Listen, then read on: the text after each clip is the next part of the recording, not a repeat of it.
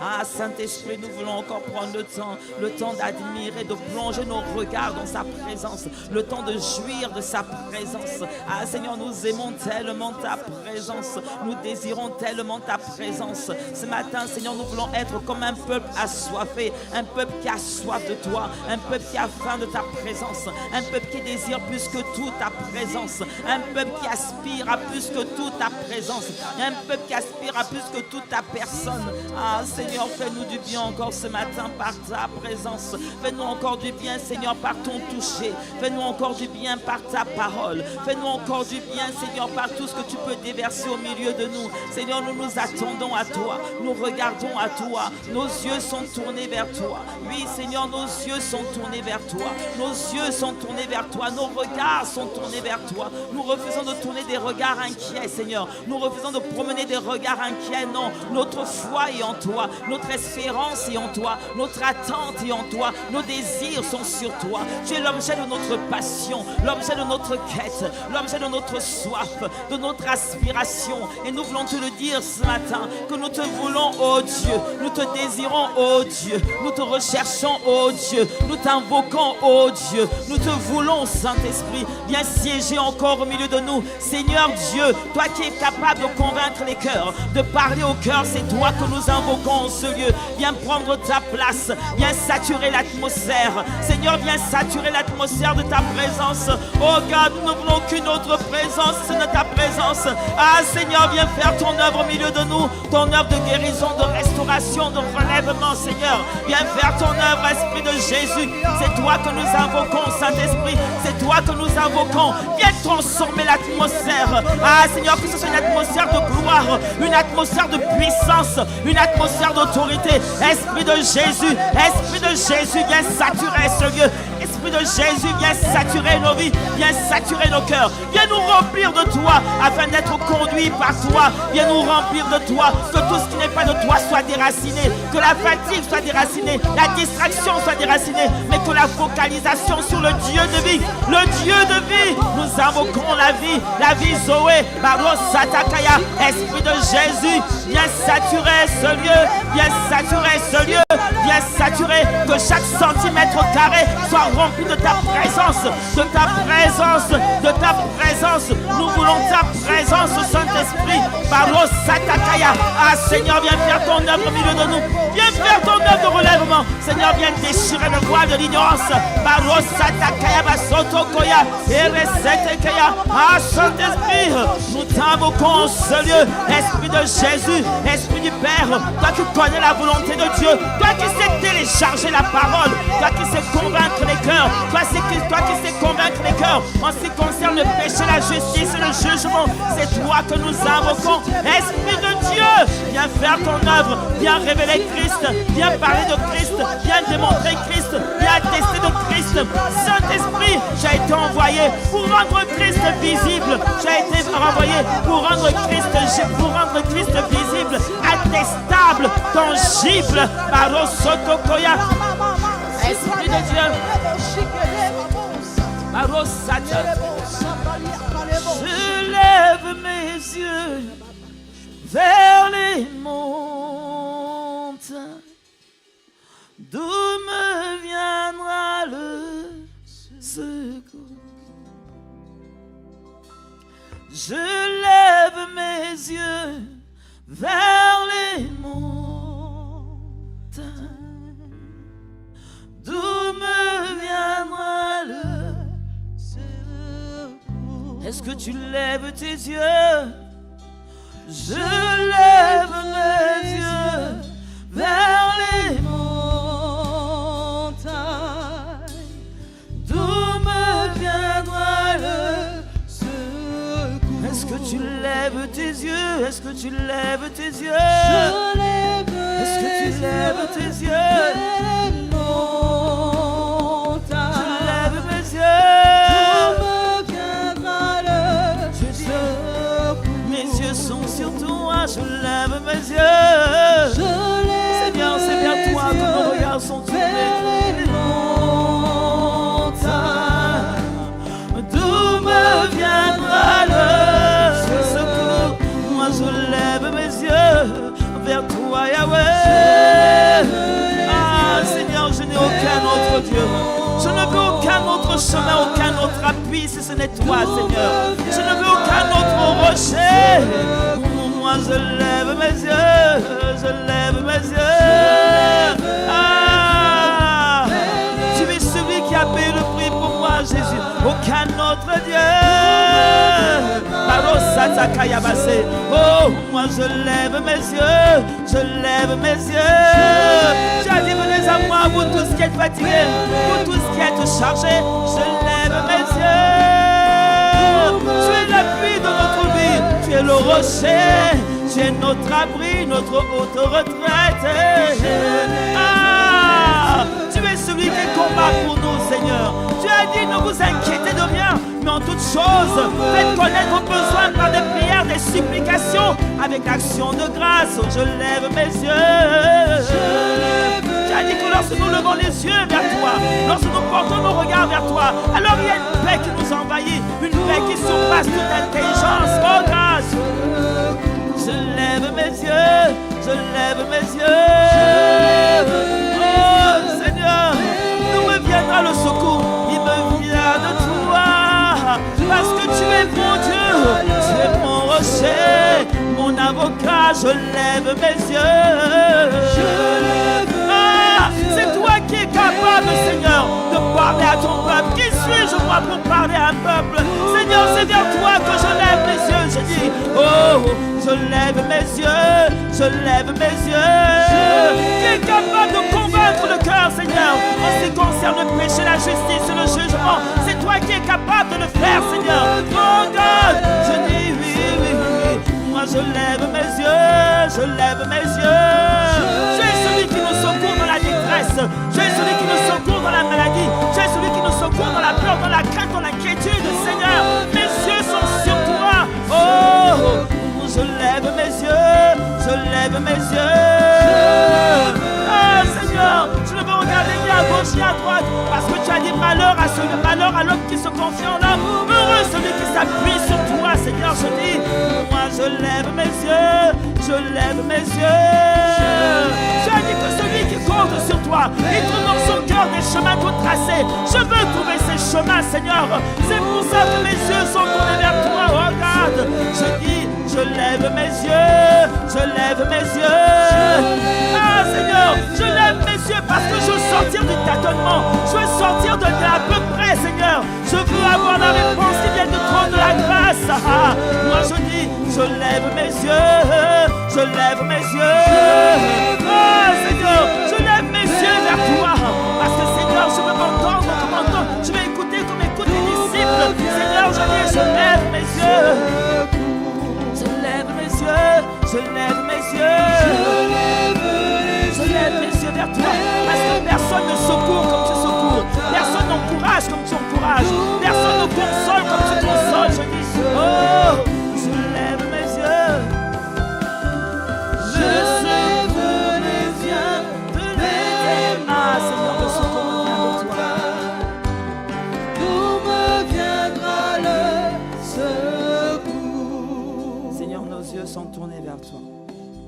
En cette matinée, alors que nous sommes assemblés dans l'assemblée des saints, dans ta présence, Seigneur, ce n'est pas un chant, ces paroles sont une supplication.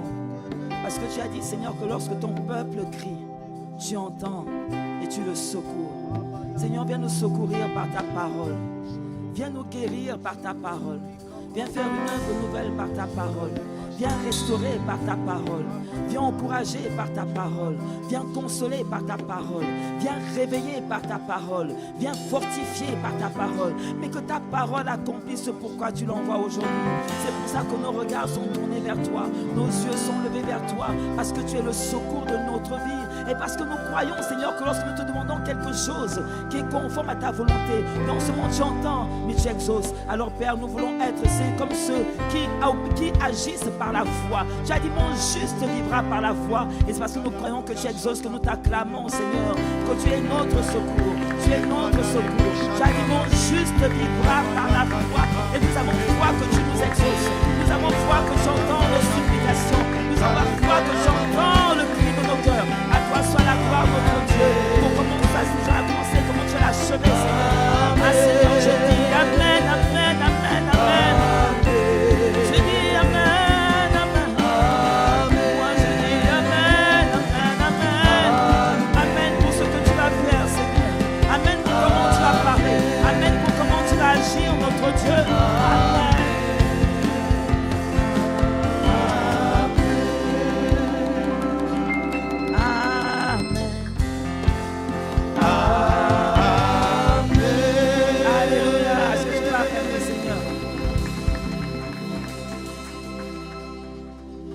quoi ces acclamations?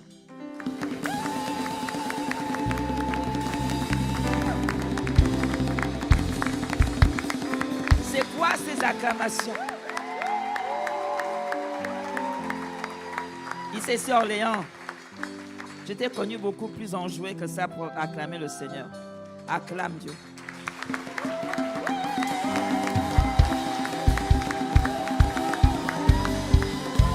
Acclame celui qui vit au siècle des siècles. Acclame celui qui tient ton souffle de vie. Alléluia. Alléluia. Tu veux dire quoi? Que tu as besoin de vacances? Ne sais-tu pas que dans le Seigneur, il y a ce qu'on appelle le repos, mais le repos n'empêche pas que tu continues à jouir, à clamer, à te réjouir, à être zélé, à être fervent. La présence de Dieu exige la ferveur, les amis. N'oublie jamais ça. Je vous ai déjà souvent dit ça ici à Orléans. La présence de Dieu exige la ferveur. C'est pour ça qu'il dit que la prière fervente du juste a une grande efficacité. Dieu aime là où il y a la ferveur. Alors montre-moi que tu es un peuple fervent. Montre-moi que tu es un peuple fervent. Montre-moi qu'il y a un feu qui brûle en toi. Montre-moi qu'il y a un feu, que tu es un feu qui brûle en toi. Alléluia. Wow. Amen. Que quelqu'un me dise un bon Amen. Alléluia. Même parce que tu es debout, tu es fatigué d'être debout, c'est bon d'être debout aussi. Seigneur, merci pour ta parole. Merci pour ce temps que tu nous donnes. Inspire les pensées de nos cœurs, les paroles de nos bouches, Père, dans le temps qui m'est imparti. Annonce ce que tu vas annoncer. Parle comme tu veux parler, Saint-Esprit. Nous voulons être, Seigneur, ta bouche, Seigneur, afin que tu envoies ta parole et que les cœurs, les vies soient transformés, les systèmes de pensée soient transformés et que ta volonté soit manifeste dans chacune de nos vies. Au nom puissant de Jésus, que quelqu'un me dise un bon Amen. Amen, Amen. Je veux savoir le temps qui... Attendez, ok, d'accord, c'est ça mon temps. Je vous promets... Non, je ne vous promets pas. Amen, mais je vais tout faire pour respecter. Mais est-ce qu'on vous pourrait, s'il vous plaît, m'aider à vraiment apprendre à honorer la vie de notre Père, l'apôtre Ivan. Avant ça, je vais t'expliquer pourquoi. Vous savez, par sa grâce, cela fait 24 ans que je suis Impact Centre Chrétien. 24 années. Donc 24 ans où je vois ces deux couples évoluer selon la direction que le Seigneur envoie. Et 24 ans d'Impact Centre Chrétien et pratiquement 22 à 23 ans, non, 22 à 21 ans d'Impact Conférence. Et d'année en année, écoutez bien ce que je veux dire, hein, d'année en année, le Seigneur nous étonne. Chaque Impact Conférence, je te dis, Seigneur, c'est pas possible qu'il y ait plus que ça. Chaque Impact Conférence, je te dis, Seigneur, ça c'était le low level. Mais ce qu'on a vécu là, les amis, ce qu'on a vécu là, la façon dont le Seigneur a inspiré, les amis, c'est le fruit, c'est pas le fruit d'une simple inspiration. C'est le fruit d'une quête. C'est le fruit d'une soif. C'est le fruit d'une vie de sacrifice. Parce que pour que Dieu révèle de telles choses, il dit que ce sont les choses que l'œil n'a pas vues, que l'oreille n'a pas entendues, qui ne sont pas montées au cœur de l'homme. C'est-à-dire que ce genre de programme n'était pas monté au cœur de l'homme, mais Dieu le révèle à ceux qui l'aiment. Est-ce que tu peux acclamer le Seigneur de l'amour que nos pères ont pour le Seigneur? Est-ce que tu peux bénir Dieu pour l'amour que nos pères ont pour le Seigneur, pour que Dieu leur révèle des stratégies, Dieu leur révèle des programmes qui n'étaient au cœur de personne avant eux. Est-ce que tu peux bénir Dieu? Est-ce que tu peux célébrer Dieu? Est-ce que tu peux acclamer le Seigneur pour ses serviteurs, l'apôtre Ivan, l'apôtre Yves, maman Maud, maman Abia? Est-ce que tu peux bénir Dieu? Je n'aime pas ton acclamation. Je n'aime pas ton acclamation. Parce qu'il y a une façon d'acclamer quand tu reconnais que c'est pas l'autre, c'est pas un homme, c'est le droit de Dieu. Les amis, il faut un certain niveau de consécration pour entendre Dieu à ce niveau-là. Pour avoir de telles inspirations et pour voir comment est-ce que Dieu confirme sa parole par la réussite d'un tel événement. Alors acclame encore le Seigneur. Bénis Dieu. Bénis Dieu d'être dans une telle famille. C'est célèbre Dieu d'être rattaché à une telle famille. Acclame le Seigneur. Seigneur, merci pour tes serviteurs. Est-ce que tu peux élever la voix quelques minutes? Est-ce que tu peux élever la voix et prier pour eux? Seigneur, nous te rendons grâce. Nous te bénissons pour la vie de tes serviteurs. Merci Seigneur pour la dimension d'obéissance dans laquelle tu les emmènes. Nous les recommandons à ta grâce Seigneur. Nous prions Seigneur que tu les gardes, que tu les protèges. Qu'il n'y ait aucun ennemi qui puisse prévaloir sur eux. Aucune porte du séjour des morts ne prévaudra sur leur vie Seigneur. Ni sur leur foyer, ni sur leur postérité, ni sur le ministère que tu leur as confié. Seigneur, merci de ce que tu les gardes cachés en toi. Merci de ce que tu combats pour eux. Merci de ce que tu fais de leur ennemi leur marche-pied. Merci de ce que Seigneur tu les défends en tout lieu. Que là où leur nom, là où Seigneur on les condamne en justice, Seigneur, toi, pardon, là où Seigneur leurs noms sont invoqués, tu condamnes cela en jugement Seigneur. Je te rends grâce. Je te rends grâce que partout leurs noms sont invoqués dans le monde de la sorcellerie. Ah Seigneur, toi tu es celui qui combat pour eux. Tu es là, comme Job a dit, mon rédempteur est vivant et il se lèvera Seigneur de ce que tu es vivant sur leur vie et de ce que tu te lèves sur leur vie. Nous te bénissons Père dans le nom puissant de Jésus. Est-ce que tu peux bénir Dieu pour la vie de ses serviteurs? Waouh! Bien aimé, on doit apprendre à reconnaître les saisons particulières de la vie. Il y a des moments où Dieu fait un shift, un bond extraordinaire pour t'emmener encore plus vite. Et c'est de ça dont nous allons parler aujourd'hui. Donc, acclame encore le Seigneur pour leurs serviteurs, pour ses serviteurs. Merci à ceux qui ont monté. Oui. Tu as été inspiré, la régie, oui. Merci Seigneur. C'est une grâce, bien aimé. C'est pour ça que nous devons souvent prendre le temps de prier pour eux. Parce qu'avoir de tels pères, c'est une grâce. Avoir de telles sources, c'est une grâce. C'est une grâce. Donc, acclame encore le Seigneur. Waouh. Béni soit ton Seigneur. Est-ce que vous pouvez m'aider à bénir Dieu vraiment pour la vie de votre berger, vraiment? Est-ce que vous pouvez, pour l'obéissance et pour la vie de son épouse? Mais c'est quoi? Vous n'êtes pas bien réveillé ce matin. Bénis Dieu. Parce que si on t'avait mis là, tu n'es pas sûr de faire autant qu'ils font. Donc, acclame le Seigneur. Bénis la grâce qu'il y a sur leur vie. Bénis l'obéissance. Bénis le Seigneur pour l'obéissance. Les amis, je peux vous assurer qu'accepter de porter une œuvre n'est pas une chose facile. Parce que les cœurs, pasteur Yvan dit souvent que conduire un peuple, c'est le métier le plus difficile qui existe sur la terre. Surtout un peuple que tu ne payes pas. Chacun te dit, je ne viens pas, je fais, je ne fais pas. Bien aimé, ce n'est pas évident d'être un berger d'un troupeau. Et surtout, parce que la plupart vous allez voir que tous les pasteurs d'ICC travaillent quelque part. Moi, avant d'être à temps plein ICC, j'étais à temps plein dans le monde et à temps plein ICC. Pendant près de 15 ans. Pendant près de 15 ans, j'étais à temps plein à ICC et à temps plein dans le monde. Et c'est avec joie que nous faisons ça. Donc, je prie que cette grâce te localise. Donc, bénis le Seigneur pour tes services, pour tes bergers. Bénis de ceux qui sont là. Ils pèsent le troupeau du Seigneur. Ils ont accepté de payer le prix, de mettre de côté certaines choses de leur vie pour s'occuper de toi, pour prier pour toi. Donc, acclame le Seigneur. Alléluia. Et je prends le temps de bénir Dieu pour chacune de vos vies. Parce que la réalité, c'est qu'il peut y avoir une église, il peut y avoir un berger, mais s'il n'y a pas de star, il n'y a pas d'église. Donc vous voyez à quel point chacun de nous a sa place, a son rôle. Il n'y a pas un supérieur, un inférieur. Dieu a juste une hiérarchie. Mais chacun de nous est important. S'il n'y a pas de star pour faire tout ça, pour être là, pour être à la sono, pour être au chant, pour s'occuper de tout ça, rien de ça ne sera fait. Donc, rends grâce à Dieu pour toi. Bénis le Seigneur pour toi. Bénis le Seigneur pour toi qui donne de ton temps, qui donne de tes trésors, qui donne de tes talents afin que cette église puisse prospérer. Acclame le Seigneur pour la manière dont Dieu t'utilise. Parce que tu es un vase utile entre ses mains. Bénis Dieu, bénis Dieu, bénis Dieu. Bénis Dieu. Seigneur, merci pour ce temps. Parle à nos cœurs et parle à nos vies.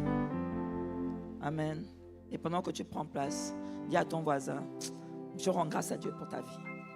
Dis-le lui sincèrement. Et si celui qui est à ta droite ne répond pas, dis ça à celui qui est derrière. Il est suspect. Merci les gens. Alléluia. Bon, mon temps est largement entamé. Je voulais vous parler de cette attitude de ceux qui rentrent dans leur saison. Je parlerai de ce que le Seigneur permettra. Amen. Les amis, je vous ai dit que 24 ans d'impact centre chrétien par sa grâce et pratiquement 21, 22 ans d'Impact Conférence. Et d'année en année, j'ai vu comment Dieu faisait croître son Église, comment Dieu parlait à son Église. Mais d'année en année aussi, j'ai constaté quelque chose. J'ai constaté qu'on avait des paroles qui étaient envoyées. Et lorsqu'on revenait en septembre, ou c'est selon ceux qui partent en vacances ou pas, les gens revenaient avec les mêmes craintes, avec les mêmes peurs. Qui a expérimenté ça? Qui a déjà fait un impact centre chrétien? Dieu a parlé, il était touché, il était en pleurs, elle était en pleurs. Et puis quand tu reviens en septembre, là, tu reviens avec les mêmes problèmes. Qui a déjà vu ça? Si toi, tu ne lèves pas la main, viens prendre mon micro, viens nous exhorter. Non, viens prendre le micro, il faut nous dire comment tu fais. Parce qu'il faut qu'on soit honnête. À un moment donné, vous savez, il faut savoir faire un bilan de sa propre histoire. Vos histoires de vous faire tes bilans en décembre, là, c'est pas... Non. Il faut savoir ça. Moi, je dis même que chaque année, chaque mois, il faut que tu fasses ton propre bilan pour voir les paroles que j'ai entendues ce mois-là m'ont emmené jusqu'où. Les paroles que j'ai entendues cette semaine m'ont fait progresser à quel niveau. Je vous assure que si on avait cette discipline, on grandirait beaucoup plus vite que quelqu'un me dise un bon amen. Et c'est de ça dont je veux parler aujourd'hui, bien-aimé. De cette attitude qui te font rentrer dans une saison de faveur. Parce que moi, je vous ai dit que je crois que cette Impact Conférence est un shift dans le monde spirituel. Je crois que les paroles qui ont été envoyées ne sont pas moins puissantes que les paroles d'avant. C'est juste que c'est comme si Dieu avait ouvert une certaine conscience face à une saison particulière dans laquelle il veut emmener son peuple. Que quelqu'un me dise amen. Et par rapport à ça, je suis venu nous supplier ce matin de ne pas avoir l'attitude d'avant. Dis à ton voisin, n'ayons pas l'attitude d'avant.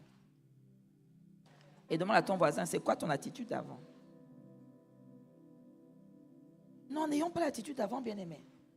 Je vais vous lire un texte sur lequel nous allons travailler et qui nous montre que Dieu est un Dieu bon qui aime son peuple et qui est en train d'emmener son peuple quelque part. Qui croit que Dieu est en train d'emmener ici, c'est quelque part? Qui croit que Dieu est en train d'emmener le corps de Christ quelque part? Qui croit que pendant Impact Conférence, quelque chose de particulier s'est passé? Qui a senti dans l'esprit, comme je disais ce matin, qui a humé dans l'esprit une atmosphère particulière? Je vais vous lire un texte. Ouvrons la Bible dans Jacques 1, verset 18 à 25. Jacques 1, 18 à 25. La Bible nous dit: il nous a engendrés selon sa volonté, par la parole de vérité, afin que nous soyons en quelque sorte les prémices de ses créatures. Verset 19. Sachez-le, mes frères bien-aimés, ainsi que tout homme soit prompt à écouter, lent à parler, lent à se mettre en colère. Que quelqu'un me dise lent à se mettre en colère. Car la colère de l'homme n'accomplit pas la justice de Dieu. Verset 21. C'est pourquoi, rejetant toute souillure et tout excès de malice, recevez avec douceur la parole qui a été plantée en vous, que quelqu'un dise plantée en moi, et qui peut sauver vos âmes. Les amis, je dis souvent que quand on lit la Bible, lisons-la doucement. Ce texte n'a pas dit qui sauve vos âmes. Il dit qui peut sauver vos âmes. C'est-à-dire que ça peut ne pas sauver vos âmes. Amen. Verset 22. Mettez en pratique la parole et ne vous bornez pas à l'écouter en vous trompant vous-même, que quelqu'un dise moi-même, par de faux raisonnements. Verset 23. Car si quelqu'un écoute la parole et ne la met pas en pratique, il est semblable à un homme qui regarde dans un miroir son visage naturel et qui, après s'être regardé, s'en va et oublie aussitôt comment il était. Verset 25. Mais celui que quelqu'un dise, mais moi, mais celui qui aura plongé les regards dans la loi parfaite, la loi de la liberté, et qui aura persévéré, n'étant pas un auditeur oublieux, mais se mettant à l'œuvre, celui-là sera heureux dans son activité. Qui veut être heureux? Qui veut être heureux dans tout ce qu'il va entreprendre? Qui veut être heureux dans son foyer? Qui veut être heureux dans son entreprise? Qui veut être heureux dans ses projets? Qui veut être heureux dans sa santé?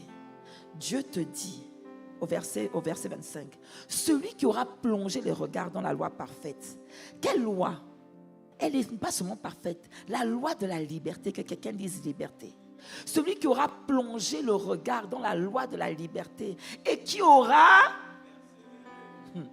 n'étant pas un auditeur oublieux, mais se mettant à l'œuvre, celui-là sera heureux dans son activité. Est-ce qu'on peut acclamer la parole? Est-ce qu'on peut acclamer la parole? Est-ce que tu peux acclamer la parole? Bien-aimé, j'aime beaucoup prêcher sur Josué 1:8 parce que Josué 1:8 pour moi, je dis, c'est un des versets phares de la Bible. Dieu n'a rien caché.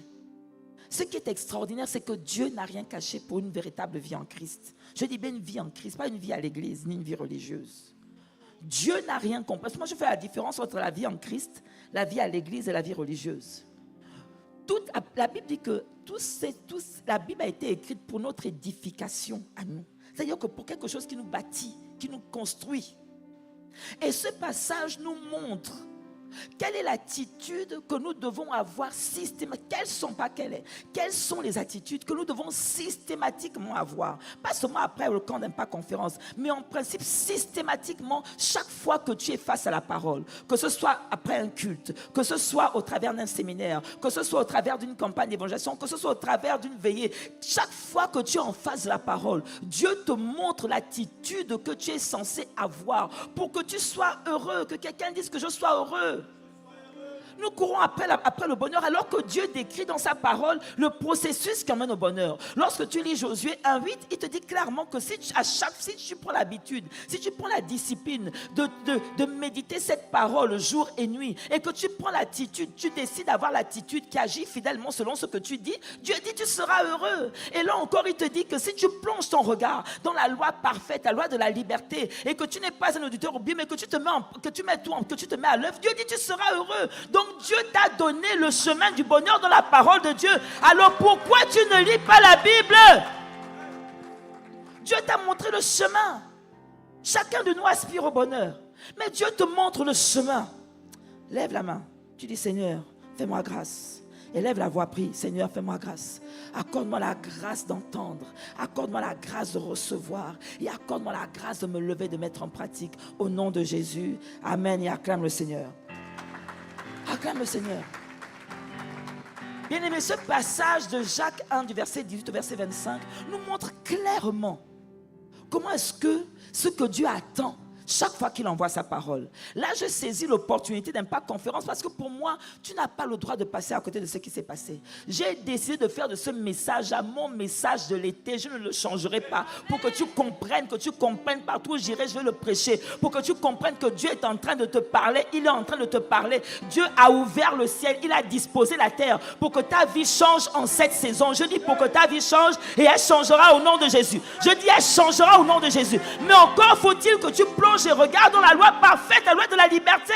Dieu a envoyé la parole pour te libérer. Il dit, il a envoyé sa parole et sa parole est guérie. Mais de quoi est-ce que la parole vient nous guérir? La parole vient nous guérir de la paresse. Elle vient nous guérir de la cécité. Elle vient nous guérir de l'indiscipline. Elle vient nous guérir de toutes ces choses auxquelles nous sommes attachés et qui ne nous grandissent pas, qui ne nous bâtissent pas. La parole vient te guérir de la religion. Elle vient te guérir de la tradition. Elle vient te guérir de tout ce que Dieu n'a pas en toi.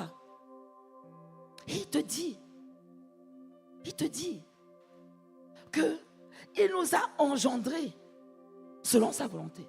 La première attitude des personnes qui rentrent dans cette saison, qui entrent, je dis bien dans cette saison de faveur, parce que moi je crois en la parole prophétique de son serviteur. Je crois que ce quinquennat est un quinquennat de distinction. Je crois que ce quinquennat est un quinquennat d'élévation. Je crois que ce quinquennat est un quinquennat où Dieu crée Christ en nous. Je crois que ce quinquennat est un quinquennat où l'image de Christ est formée au-dedans de nous. Je crois que ce quinquennat est un quinquennat où Dieu forme des Christ qu'il enverra dans les différentes sphères d'influence. Je crois que ce quinquennat est un quinquennat où Dieu va lever des Esther, des Mardochée, des Daniel, des Joseph. Je crois que ce quinquennat est un quinquennat où les enfants de Dieu prendront possession des territoires, où sont les Jébusiens, les Hésiens. Je crois que ce quinquennat est le quinquennat où Dieu fait rentrer son peuple dans Canaan, le Canaan de chacun, le couloir de chacun. Je crois. C'est pour ça qu'il envoie de tels programmes. C'est pour ça qu'il incite de tels programmes. Pour que tu comprennes que tu n'as plus le droit de te comporter comme tu te comportais avant. Tu dois changer de mentalité. Et la première chose qui caractérise les personnes qui rentrent dans cette saison, ce sont des personnes qui comprennent que Dieu a engendré quelque chose de nouveau. La première attitude Ce sont les personnes qui comprennent que quelque chose a été... C'est ce qu'il dit, qu'il nous a engendrés. Mais Dieu a engendré quoi, bien-aimé? Pendant ce camp Impact Conférence, qu'est-ce que Dieu est venu faire? Dieu est venu engendrer, même quand je dis engendrer, il est venu engendrer quelqu'un qui agit différemment. Il est venu engendrer par la parole qu'il envoyait. Il est venu créer en toi une autre disposition de cœur. Dieu est venu engendrer quelqu'un qui pense différemment, quelqu'un qui se voit différemment, quelqu'un qui croit que Dieu veut faire quelque chose avec lui, quelqu'un qui croit que Dieu est capable de susciter par lui des choses qui n'existent pas, quelqu'un qui croit que Dieu est capable de faire de lui une solution. Dieu est venu engendrer un nouveau système de pensée par la parole qu'il a envoyée, par les enseignements qu'il a envoyés, par l'atmosphère qu'il a créée. Dieu est venu engendrer une personne nouvelle. En réalité, Dieu est venu engendrer, enclencher les dispositions de cœur qui emmènent à la manifestation de Christ formé. C'est cela qui est ton partage. Je dis, c'est cela qui est ton partage. Je dis, c'est cela qui est ton partage. Il est venu engendrer. Il nous a engendrés. Bien-aimé, il y a quelque chose de nouveau qui s'est passé pendant ce camp Impact Conférence. Il y a une personne nouvelle qui a été suscitée en toi. Ton esprit s'est réveillé. Je dis ton esprit s'est réveillé parce que le thème c'était lève, réveille-toi, lève-toi. Je décrète et je déclare que cette parole, elle est manifeste dans cette saison, dans ta vie, au nom de Jésus. Tu ne te recouches pas, tu ne te rendors pas et tu ne te rassieds pas au nom de Jésus. Il est venu engendrer quelqu'un qui décide de se réveiller. Il est venu engendrer quelqu'un qui reçoit une sainte colère contre la vie qu'il est en train de mener. Il est venu engendrer quelqu'un qui refuse de continuer avec les mêmes erreurs, les mêmes failles, les mêmes erreurs, les mêmes limitations. Il est venu engendrer un système de pensée de royauté. Il est venu engendrer. Il nous a engendrés. Il nous a engendrés comment? Pas n'importe comment. Selon sa volonté. Bien-aimé, je dis, la première attitude, c'est de croire que quelque chose de nouveau est né en moi. Ce n'est pas juste ces émotions, bien-aimés.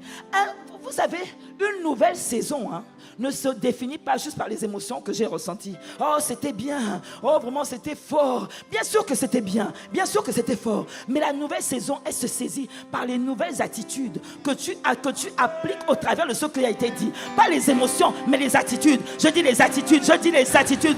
Que Dieu te voit avoir de nouvelles attitudes au nom de Jésus. Et la première attitude, c'est de croire. C'est la foi que quelque chose s'est passé. Pas juste que c'était bien, non! Je sens dans mes entrailles spirituelles que quelque chose a été engendré. Il y a une semence qui a été donnée. Il y a une semence qui a été déposée, bien-aimé. Impact Conférence, c'était le cadre. La parole, c'était la semence. Ton cœur, c'était le champ. Et Dieu est celui qui fait croître. Je dis, il va faire croître. Il fait croître ce qu'il a ensemencé. Je dis, tu vas voir la croissance. Tu vas voir le fruit de ce que Dieu a ensemencé dans ta vie. Dans cette saison, au nom de Jésus. Je dis, dans cette saison, il a engendré quelque chose de nouveau. Le problème, c'est que si tu n'as pas déjà ce système de pensée, tu ne feras même pas le reste. Les personnes qui rentrent dans leur saison de faveur, après un tel temps, ce sont les gens qui croient justement que c'est une saison de faveur. Ce sont les gens qui croient que Dieu leur a fait grâce. Bien-aimés, les saisons de faveur ne s'avertissent pas. Lorsque Marie était chez elle tranquillement, elle ne savait pas que l'ange Gabriel allait venir lui faire grâce. Elle ne savait pas, elle était tranquillement assise comme toi et moi. Nous nous disions que voilà encore un Impact Conférence. Mais bien aimé, est-ce que tu imagines la dimension de grâce que Dieu a déversée sur ta vie au travers des paroles prophétiques de pasteur Yvan, de pasteur Yves, de pasteur Mohamed, de pasteur Mathieu? Est-ce que tu peux bénir Dieu pour la saison de grâce que Dieu a ouverte sur ton ciel? Il y a un ciel qui a été ouvert, une terre qui a été rendue fertile. Donc, si tu ne saisis pas ça dans l'esprit, si pour toi, depuis 2 semaines, après Impact Conférence, tu es reparti, vous savez, le véritable test pour savoir si tu reconnais une saison, c'est quand tu repars chez toi, dans les anciennes habitudes, avec les mêmes personnes, avec les mêmes situations. C'est là où on voit. Est-ce que tu saisis dans les... On voit, est-ce que tes attitudes changent? Est-ce qu'une résolution a été prise? Est-ce que tes habitudes ont changé? Est-ce qu'on voit un désir? Est-ce qu'il y a une discipline qui s'est positionnée? Est-ce qu'il y a une façon de parler que tu as commencé? Est-ce que même ta relation à la parole de Dieu, est-ce qu'on voit quelque chose de nouveau? Examine-toi. Examine-toi. Depuis 2 semaines, c'est quoi ton attitude? Est-ce que tu t'es même déjà replongé dans les enseignements? Est-ce que tu as même déjà décidé de prendre une retraite? Ou bien tu as pris les enseignements, tu t'es dit ah c'était super, et puis tu es passé à autre chose. Que quelqu'un me dise jamais. Non. Dis à ton voisin, sors de là. Ne repars pas dans tes anciennes habitudes. Il y a un ciel qui a été ouvert. Je dis, il y a un ciel qui a été ouvert. Ne repars pas. Donc la première attitude, il dit, il nous a engendrés selon sa volonté. Bien-aimé, il y a une volonté que Dieu veut manifester au travers de ce qu'il a envoyé pendant une conférence. Le fait que cette conférence n'est pas le fruit du hasard, ce n'est pas quelque chose qui a été pensé par un homme, non. Il y a une parole qui a été donnée à son serviteur, l'apôtre Ivan, pour que toi, aujourd'hui, dans cette saison, tu puisses utiliser ces semences-là et arriver à la manifestation de la volonté de Dieu pour ta vie. Bien-aimé, Dieu veut montrer qu'il est encore en train qu'il est capable de guérir par toi. Dieu veut montrer qu'il est capable de restaurer par toi. Dieu veut montrer qu'il est capable d'enrichir. Parce que la Bible dit que de pauvre qu'il était, il s'est fait pauvre pour que toi tu sois enrichi. Au travers de toutes les semences qu'il y a. Seigneur, je dis que Dieu veut révéler quelqu'un de différent. Dieu veut démontrer au monde que il est capable de faire des choses avec rien. Oh, tu n'as pas saisi. Il nous a engendrés par la parole de vérité. Par la parole de vérité. Il y a une parole de vérité qui est sortie le mardi, le mercredi, le jeudi, le vendredi, le samedi, matin et soir, matin, midi et soir, matin, midi, après-midi et soir. Tu crois que c'est le fruit du hasard? Quand il dit qu'il va rattraper le temps que les sauterelles ont volé, comment crois-tu qu'il fait ça? Comment crois-tu que Dieu rappelle, il accélère? Comment est-ce que tu crois que Dieu est en train d'accélérer la visitation qui est censée être la tienne depuis le début de l'année? Comment tu crois qu'il fait ça? Il accélère, il envoie sa parole encore et encore et encore. La véritable question, c'est qu'est-ce que j'en fais? Est-ce que je crois qu'il y a quelque chose qui s'est passé? Donc la première attitude, c'est de penser que quelque chose de nouveau a été engendré dans mes entrailles. Quelque chose de nouveau. Lève les mains, je prie. Père, dans le nom de Jésus. Je prie que tu convaincs les cœurs.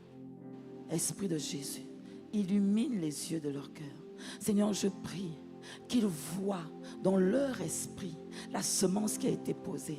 Je prie, Seigneur, qu'ils voient dans leur esprit ce que tu veux engendrer au travers de leur vie. Je prie qu'ils voient dans leur esprit, Seigneur, la parole qui a été ensemencée, afin, Seigneur, qu'elle tombe dans des cœurs fertiles et pas des cœurs pierreux, ni des cœurs avec des ronces. Ah, Seigneur, je t'en supplie, trouve en eux des cœurs fertiles dans le nom de Jésus. Que quelqu'un me dise un bon amen.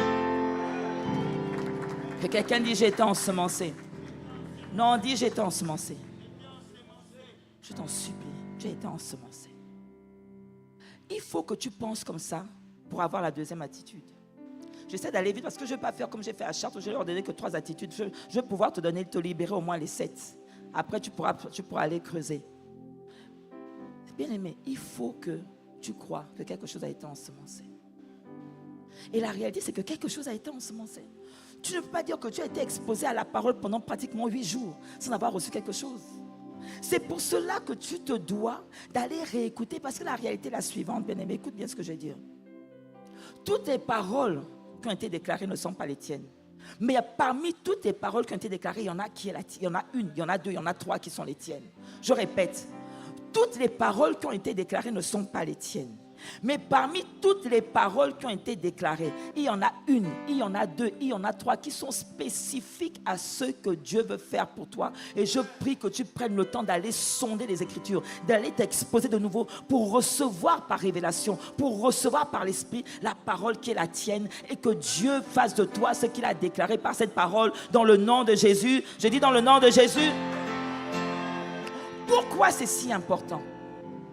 Parce que la deuxième attitude, bien-aimé, de ceux qui rentrent dans cette saison, c'est-à-dire que ce sont les personnes qui croient, qui savent qu'ils sont les prémices de quelque chose de plus grand. Regarde ce qu'il dit. Il nous a engendrés selon sa volonté, par la parole de vérité. Pourquoi? C'est pour ça que je dis que si tu ne crois pas le début, tu ne pourras pas aller au deuxième niveau. Si tu ne crois pas que quelque chose a été engendré en toi, tu ne pourras pas te voir comme pour que nous soyons en quelque sorte les prémices. Quelqu'un me dit les prémices. Les prémices, c'est quoi les prémices, bien-aimés? Les prémices sont les premiers fruits d'un champ. Il dit pour que nous soyons les prémices. Souvenez-vous, pour ceux qui étaient là et pour ceux qui ont encore la mémoire, que pasteur Mohamed a parlé des premiers-nés. Il a parlé des premiers-nés, bien-aimés. Dieu est venu engendrer des premiers-nés. Dieu est venu engendrer des premiers-nés. Pourquoi? Parce que Dieu a besoin que le monde croie.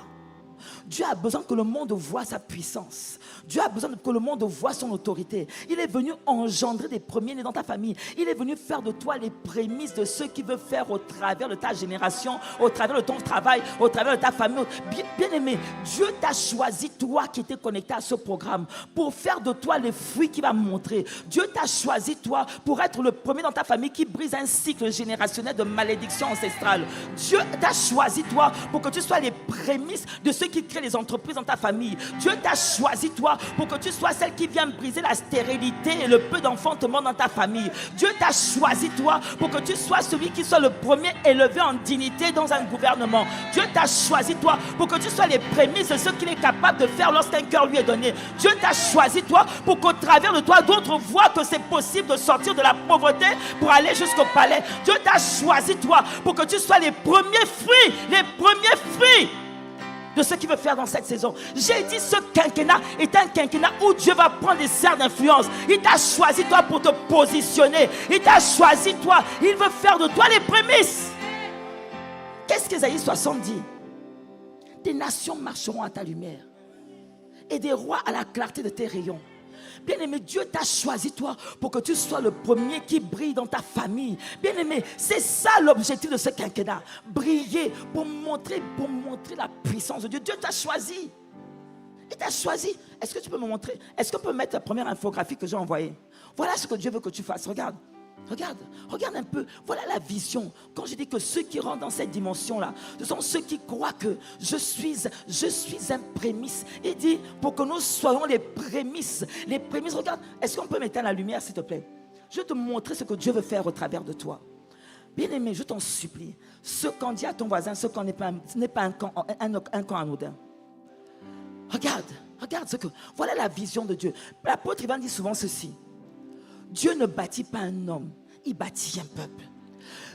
Dis-toi que ce camp-là, c'est une responsabilité que Dieu te donne pour que des nations marchent à ta lumière et que des rois marchent à la clarté de tes rayons.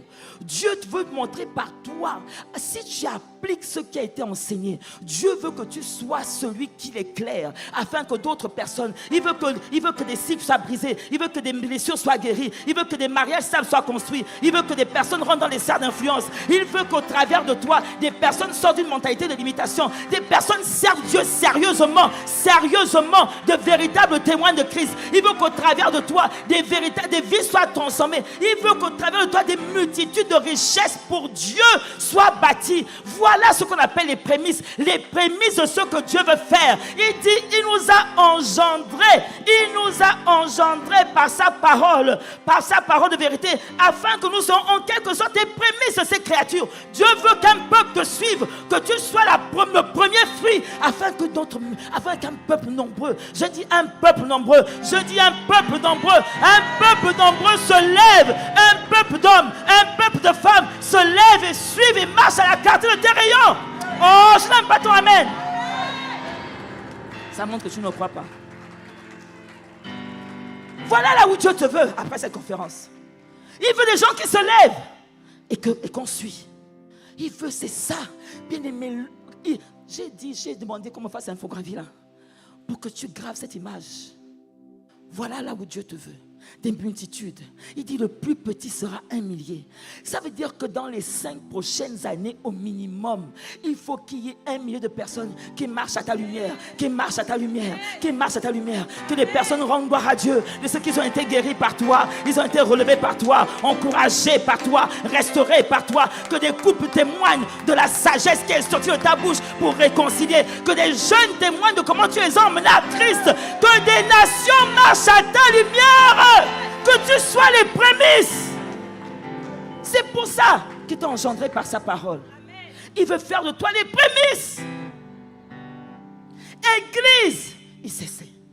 Ce camp nous engage. J'ai dit cet été, je ne sens pas le message. Ce camp nous engage. La Bible dit que la création attend, bien aimé. Ce peuple attend que tu te lèves. Pas que tu aies dit que Jacques, c'était bien la conférence, lève-toi, réveille-toi, lève-toi et prie.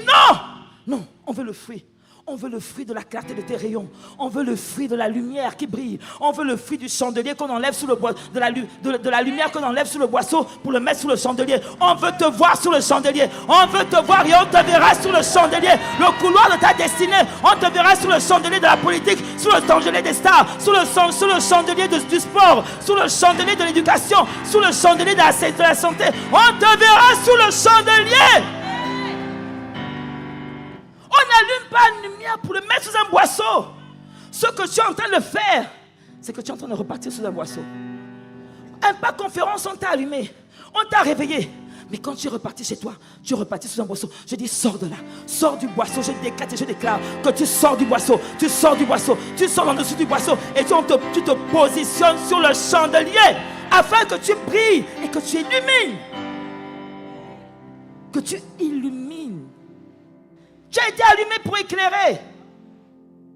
Tu n'as pas été allumé pour que tu repartes dans tes murmures, dans tes critiques, dans tes calomnies, dans ton impudicité, dans ton mensonge, dans ta méchanceté. Tu as été allumé parce qu'il y a une création qui attend. Il y a une création qui regarde à gauche, à droite. Mais où sont ces lumières qui ont été allumées pendant un pas conférence? Où sont ces lumières? Il faut que tu dises, me voici, me voici, me voici. Suivez-moi, voilà le chemin, voilà le chemin, voilà le chemin de Christ, voilà le chemin de Christ. Il faut quelqu'un qui leur montre la voie. Il dit les prémices de ces créatures. Les prémices, les premiers-nés, les premiers-nés, ceux au travers de qui Dieu engendre une multitude. Les premiers-nés, ceux que Dieu a détachés pour dire, emmenez-les vers moi. Pas qu'ils retournent à leurs choses, non. Tu es l'annon qui a été détaché. Tu as été détaché, dis à ton voisin, nous avons été détachés. Alors tu n'as pas le droit d'aller te rattacher toi-même, Seigneur. Tu as été détaché de la dureté de ton cœur. Tu as été détaché de l'incrédulité. Tu as été détaché de l'immoralité sexuelle. Tu as été détaché du mensonge. Tu as été détaché de la pingritude. Dis à ton voisin, tu as été détaché. Tu as été détaché. Il faut que les richesses des nations arrivent dans tes mains. Tu as été détaché du juste assez. Tu as été détaché du manque. Pourquoi? Voilà la vision. Comment cela se fera-t-il? Ça, ce n'est pas ton problème. Ce que Dieu te montre, c'est que tu es un prémisse. Tout ce qu'il te dit, c'est que tu es prémisse. Tu es prémisse. Bien aimé, quand Dieu te dit que tu es prémisse, Kabaro Satakaya. Vous savez, moi j'aime quand Dieu promet des choses. Parce que quand le Créateur te promet, ce n'est pas la dimension des hommes.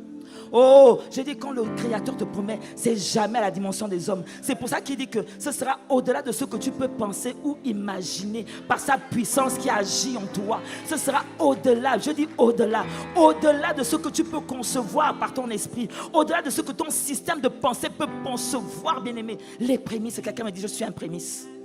Oh, dis-moi, je suis un prémisse. Cite-moi le domaine. Commence à élever la voix, élève la voix, élève la voix. Dis, décrète dans ton domaine. Dans quel domaine tu es prémisse? Moi, je dis, je suis prémisse dans la politique. Je suis prémisse dans la formation. Je suis prémisse, Seigneur, dans le domaine où tu me positionnes dans mon ministère. Je suis prémisse. Ah, Seigneur, des nations marcheront à ma lumière. Des rois à la clarté de ma rayon. Est-ce que tu es en train de prophétiser sur toi? Dis, je suis prémisse. Ah, Seigneur, je suis prémisse. Tu as dit, les prémices de tes créatures. Tu as envoyé cette parole pour faire de moi des prémices à prémices. Les prémices, les premiers fruits. Seigneur, ces fruits se verront manifestés en cette saison dans le nom de Jésus. Je décrète et je déclare sur ta vie que la semence qui a été plantée en toi produira un fruit agréable à Dieu, un fruit agréable, un fruit qui révèle sa dignité, un fruit qui révèle son honneur, un fruit qui révèle sa puissance, un fruit qui révèle sa fidélité, un fruit qui révèle son caractère. Ah Seigneur, je dis les prémices de Christ formées, les prémices de la plénitude de Christ, les prémices du caractère de Christ. Dans le nom de Jésus, est-ce que tu es en train de prophétiser? Quel type de prémisse tu es? Seigneur, je dis, je suis prémisse dans l'éducation des enfants, prémisse dans la formation des adultes, prémisse, Seigneur, Bavo Satakaya. Ah, Seigneur, dans le fait de lever les hommes dans la confiance en soi. Je dis prémisse dans la politique, prémisse, Bavo Satakaya. Abasotokoya, je dis prémisse. Bien-aimé, est-ce que tu es en train de déclarer sur ta propre vie en quoi tu es prémisse? Les prémices. Prémices. Ceux qui entrent dans leur saison comprennent que Dieu a engendré les prémices. Il y a quelque chose en eux qui fait de des prémices. C'est pour ça que si tu ne crois pas que tu as été ensemencé, comment seras-tu prémisse? Parce que tu es prémisse par ce qui a été ensemencé en toi. Tu n'es pas prémisse dans le hasard. Je dis que les prémices sont les premiers fruits. Donc il faut qu'il y ait une semence qui a été mise. Oh, que quelqu'un dit je suis prémisse, acclame le Seigneur. Acclame le Seigneur, je suis prémisse. Prémisse. Les prémices, pardon, Satakaya. Bien-aimé, tu as non seulement le privilège d'être prémisse, mais la responsabilité d'être prémisse. C'est en même temps un privilège et une responsabilité. Parce que des gens regarderont à toi différemment. Les gens attendront de toi. Les gens seront plus exigeants. Mais tu n'as pas à t'inquiéter parce que l'Esprit de Dieu te rendra capable de manifester le caractère des prémices. Je dis l'Esprit de Dieu te rendra capable de manifester le caractère des premiers-nés qu'on admire, des premiers-nés qu'on veut suivre, des premiers-nés, bien-aimés, des premiers-nés. À construire un mariage stable. Trop de mariages détruits dans les familles. Tu seras la première. Tu seras la première. Les gens viendront apprendre de toi. Les gens viendront dire, mais comment est-ce que tu fais pour éduquer des enfants aussi polis, aussi intelligents? Je dis, tu es prémisse. Je dis, tu es prémisse. Je dis, tu es prémisse. Ils viendront apprendre de toi. Les gens viennent. Tu seras le premier à obtenir un diplôme, un diplôme supérieur dans ta famille. Oh! C'est-à-dire qu'avoir le bac chez toi, c'est tout un cours, c'est toute une bagarre. Mais je dis, tu seras le premier à devenir ingénieur, médecin, avocat. Dans ta famille, les prémices. Je dis, tu seras les prémices. Tu seras les prémices à démontrer l'intelligence supérieure. Bien-aimé, tu seras les prémices de ceux qui servent Dieu. Kabaros, comme nos pères. Un cœur passionné, assoiffé, qui honore. Un cœur qui a la crainte de Dieu. Je dis, tu seras les prémices. Bien-aimé, c'est-à-dire que le corps de Christ est tellement entaché de scandale. Nous serons les prémices. Je dis, nous serons les prémices. Les prémices, ils vont chercher, nous ne trouverons rien. Nous serons les prémices. Les prémices de ceux qui aiment Dieu passionnément. Dans notre famille, dans notre histoire. Les prémices. Paro Satakaya. On dit, oh, esprit de rejet, c'est de famille en famille. Tu seras, de génération en génération, tu seras les prémices. Ta postérité, c'est-à-dire que tu vas engendrer une postérité qui sera complètement libérée de toute racine d'amertume, de toute racine de rejet, de toute racine de colère. Je dis, tu seras prémisse. Ces choses ne seront pas mentionnées dans ta vie. Tout ce qui est péché sexuel, ça sautera ta génération. Ça s'arrête à toi, au nom de Jésus. Je dis, ça s'arrête à toi. Prémisse. Ce camp est venu engendrer des premiers-nés d'une vie nouvelle. Les premiers-nés d'une image qu'on appelle Christ. Tu n'as pas le droit de repartir à tes anciennes habitudes. Tu dois comprendre que Dieu est venu mettre en toi la semence qui réveille le véritable toi. Parce que, bien aimé, la meilleure version de toi, on parle toujours de la meilleure version de nous-mêmes, mais la réalité c'est que la meilleure version de toi, c'est Christ pleinement formé. Et ce camp est venu engendrer ça. Je dis, ce camp est venu engendrer des Christ pleinement formés. Des Christ pleinement formés. Et ces Christ pleinement formés vont engendrer la race de Christ pleinement formée. Et cette race va engendrer la race et de génération en génération jusqu'à ce que la terre soit peuplée de Christ. Prémisse.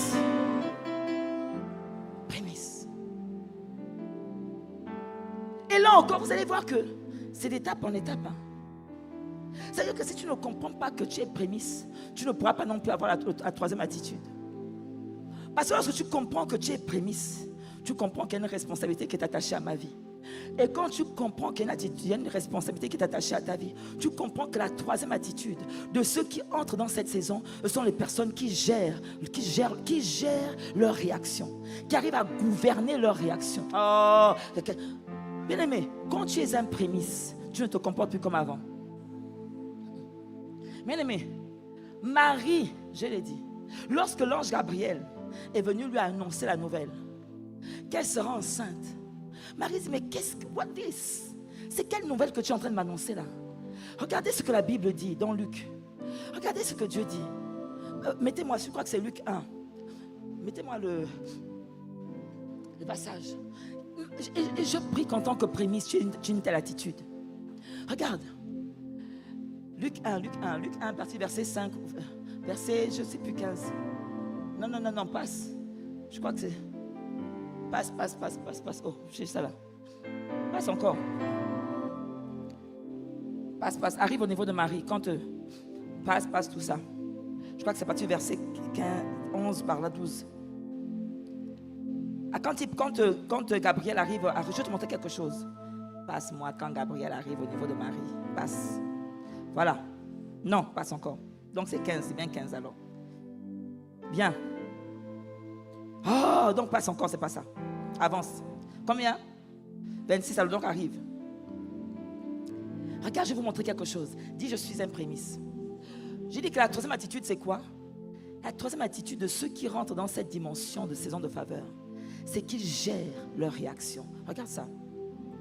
Au 6e mois, l'ange Gabriel fut envoyé par Dieu dans une ville de Galilée appelée Nazareth. Allons-y. Auprès d'une vierge fiancée à un homme de la maison de David nommé Joseph.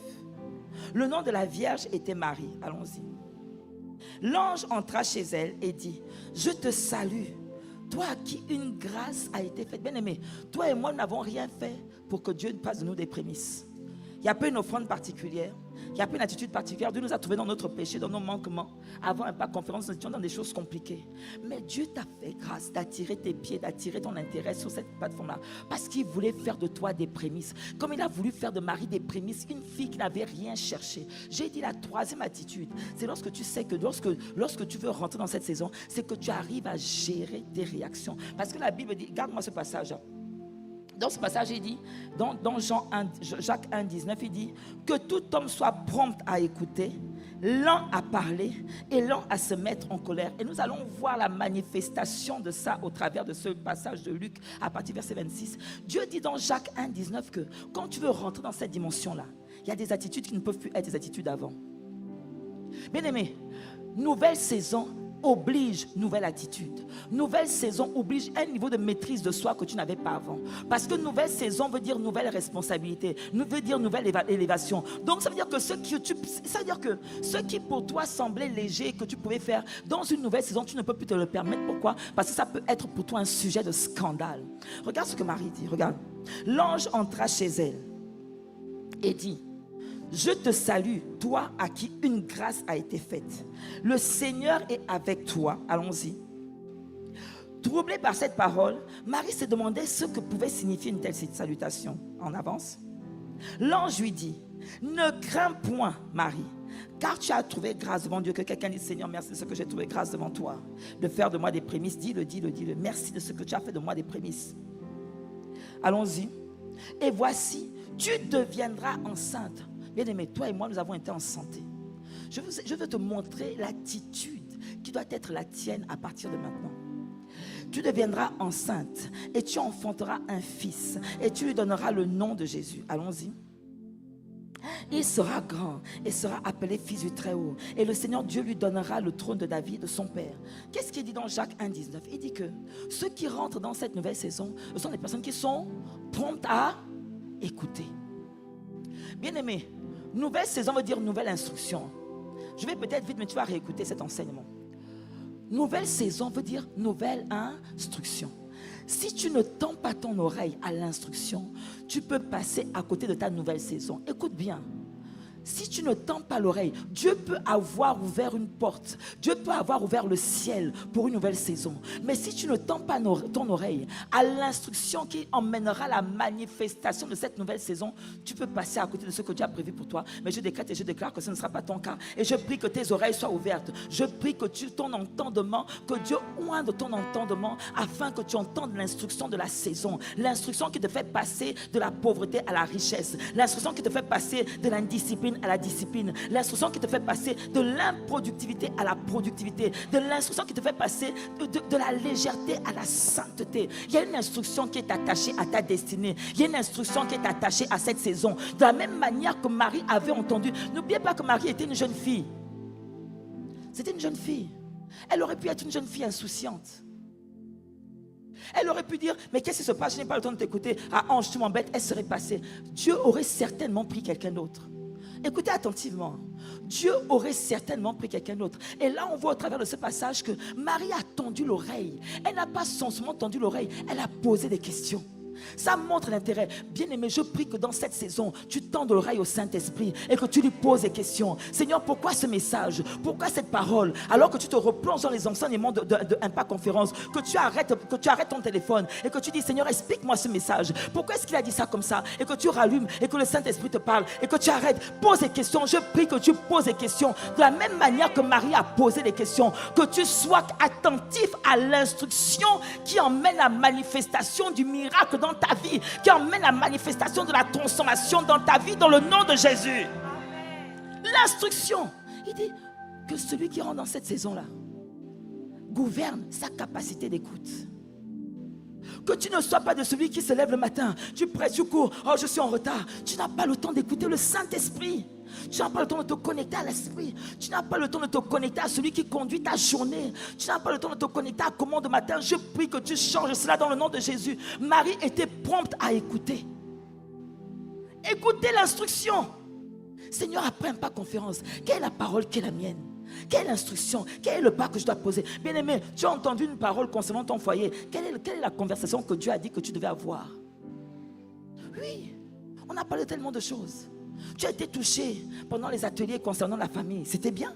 Mais qu'est-ce que Dieu a déposé sur son cœur? Seigneur, pourquoi tu m'as touché particulièrement pour ce message? Pose la question. Dis à ton voisin, pose la question. Pose la question. Dieu t'a parlé de tellement de domaines. Il a parlé de tes finances. Qu'est-ce que tu es allé t'asseoir auprès du Seigneur pour dire, Seigneur, qu'est-ce que tu voulais m'enseigner par rapport, quelle est la discipline que je dois acquérir? Bien aimé, Marie a posé des questions. Jacques 1,19 dit qu'il soit prompt à écouter. Prompt à écouter. Prompt. C'est-à-dire que tu demandes à Dieu un cœur enseignable. Seigneur, donne-moi un cœur enseignable. Pas un cœur qui dit que je connais tout, je n'ai pas besoin de réécouter. Oh, c'est un enseignement qu'on a déjà écouté. Moi, j'ai déjà entendu. Non, un cœur enseignable. Dis à Dieu un cœur enseignable.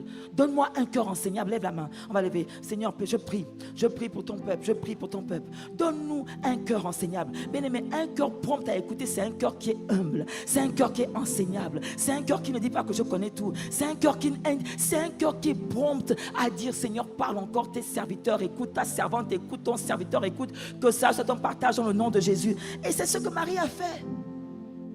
Bien aimé, la dimension du miracle, c'est pas juste une conférence, c'est tout ce qui suit après. La conférence et paroles sont les semences, mais est-ce que tu viens arroser? C'est l'attitude que tu as, les attitudes que tu développes qui sont ta manière d'arroser. Regarde, vas-y, remets-moi Luc 1, 20, là où on était là-bas.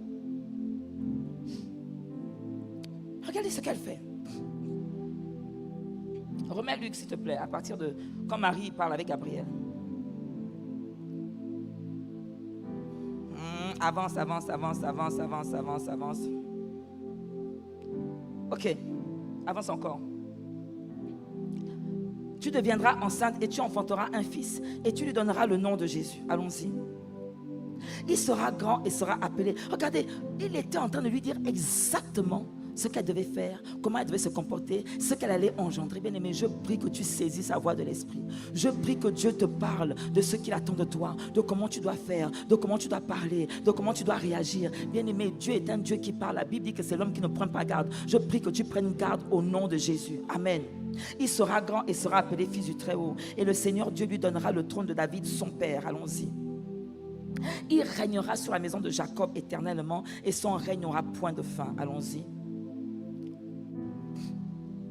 Marie dit à l'ange, comment cela se fera-t-il puisque je ne connais point d'homme? Je prie que tu poses à Dieu, comment cela se fera-t-il? Je prie que tu aies des successions de comment cela se fera-t-il, de comment cela se fera-t-il, dans le lieu secret, comment cela se fera-t-il, dans l'assemblée des saints, comment cela se fera-t-il, lorsqu'on prêchera, tu diras, Seigneur, comment cela se fera-t-il, lorsque tu entendras l'enseignement, tu diras, Seigneur, comment cela se fera-t-il, lorsque tu te reconnecteras, tu diras, Seigneur, comment cela se fera-t-il? Et regarde, parce que la Bible dit que Dieu dit, il se laisse trouver par ceux qui le cherchent, pas n'importe comment, il se laisse trouver par ceux qui le cherchent de tout leur cœur. Je décrète et je déclare que tu rentres dans la dimension de ceux qui cherchent Dieu de tout leur cœur. Tu rentres dans la dimension de ceux qui cherchent Dieu de tout leur cœur au nom de Jésus. Parce qu'il y a un appel particulier, il y a des grâces particulières qui t'ont été faites. L'ange lui répondit, le Saint-Esprit viendra sur toi et la puissance du Très-Haut te couvrira de son ombre. Bien-aimé, chaque fois, tu dois comprendre que l'enfantement de quelque chose d'extraordinaire, l'enfantement, chaque fois que Dieu veut enfanter quelque chose d'extraordinaire, c'est toujours ça. C'est toujours le même procédé. Le Saint-Esprit te recouvre. Parce que tout ce... Et c'est pour ça que l'apôtre Yves a dit que la vie est spirituelle. Tout ce que Dieu veut enfanter, il enfante par l'Esprit. Je prie que tu sois sensible au Saint-Esprit. Je prie que tu sois assoiffé du Saint-Esprit. Je prie que tu désires le Saint-Esprit. Je prie que tu sois en communion avec le Saint-Esprit, de sorte qu'il te couvre de son ombre et que tu enfantes ce que Dieu veut enfanter au travers de toi, par exemple, cette saison. Oh, je n'ai pas entendu ton amen. Il dit, le Saint-Esprit viendra sur toi et la puissance du Très-Haut te couvrira de son ombre. C'est pourquoi le Saint-Enfant qui naîtra de toi sera appelé Fils de Dieu. Allons-y. N'oubliez pas qu'on a commencé par Élisabeth. Et c'est là où je vais atterrir. Voici Élisabeth, ta parente, a conçu, elle aussi, un fils en sa vieillesse. Et celle qui était appelée stérile est dans son 6e mois. Allons-y. Car, que quelqu'un me dise, car. Bien aimé, pourquoi je mets ces deux textes en parallèle? J'ai dit que la troisième attitude de ceux qui rentrent dans leur saison de faveur, ce sont ceux qui arrivent à gouverner leur réaction. Bien aimé, tu peux avoir entendu parler pendant un pas conférence comment on parle du fruit du Saint-Esprit et continuer à garder ta colère, et continuer à garder la jalousie, et continuer à garder le mensonge, alors que Dieu dit, rien ne lui est impossible. Rien ne lui est impossible. Dieu peut faire de toi quelqu'un qui est lent à la colère. Dieu peut faire de toi quelqu'un qui est lent à parler.